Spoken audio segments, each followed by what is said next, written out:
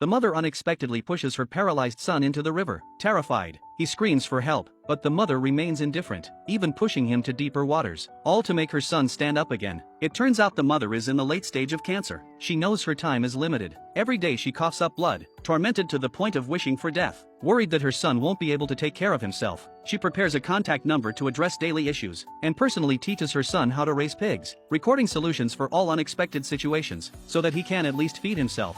Then, she informs the veterinarian in advance, requesting him to take care of her son's pig farm in the future. Afterwards, she goes to a shoe store, buys a pair of boots she had wanted to give her son as a gift. Suddenly, she notices a group of students bullying him. Helen shouts in anger, grabs a broom and rushes toward them. Fighting desperately to protect her son, she hurries home, teaching her son to learn how to fight back, telling him what to do when being bullied. But she can't curse people. Mom can do it. You little brat.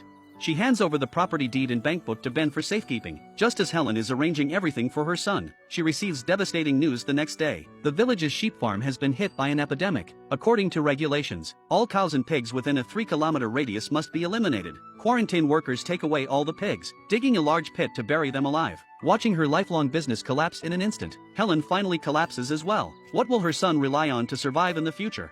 The villagers also condemn the heartlessness of such actions. The sudden tragic news makes her not want to live anymore. The only thing she can't let go of is her 7-year-old son. The next day, she buys pesticide early in the morning, takes Ben to her husband's grave, preparing to leave this world together with her son. She fears what will happen to Ben, who can't take care of himself. After she's gone, she tries to open the pesticide bottle but fails. Seeing this, Ben takes it and tries to help, thinking it's a bottle of drink. Watching her son's innocent and pure appearance, Helen couldn't bear to take him with her and leave. On the other side, upon hearing her boss mention that Helen bought pesticides, Linda had an ominous feeling in her heart. She rushed to Ben's house immediately, but found nobody at home. At that moment, Helen returned, pushing Ben. Without hesitation, Linda snatched the bag of pesticides, saying they were urgently needed at her own home, and swiftly left after taking them. Later, Helen found a lawyer to draft her will, and arranged for Ben to be placed in a rehabilitation hospital, where he would live from then on. Upon learning that his mother intended to leave him alone, Ben thought he had done something wrong again. I will obediently listen to you. I will listen and not wander around. I will exercise seriously. Mom, please don't leave. However, Helen still heartlessly stood up and left, leaving Ben alone in tears. Helen was also deeply reluctant, but what else could she do?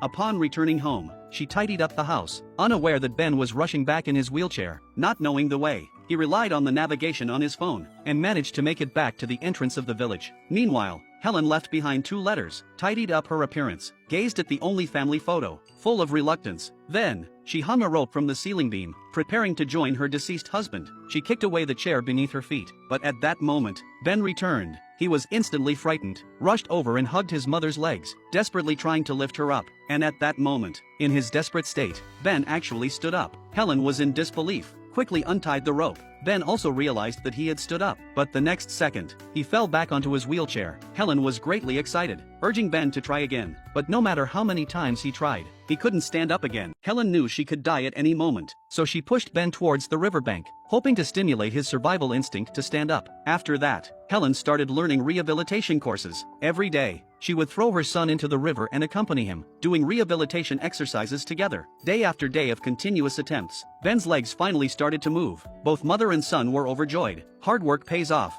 Ben could finally stand and walk independently. With a contented expression, Helen opened her arms. Their efforts were not in vain. On the other side, the villagers were having a meeting, discussing crowdfunding to buy a new electric wheelchair for Ben, in order to relieve Helen's burden. Everyone raised their hands in agreement, and in the afternoon, they bought the wheelchair. When they arrived at Ben's doorstep, Uncle, who expressed his desire to give Ben a surprise, he asked everyone to call Ben out first, and then he would make a grand entrance himself. So the village chief called out Helen. They exchanged a few words and asked about Ben's whereabouts. Upon hearing the call, Ben walked out. By now, he was just like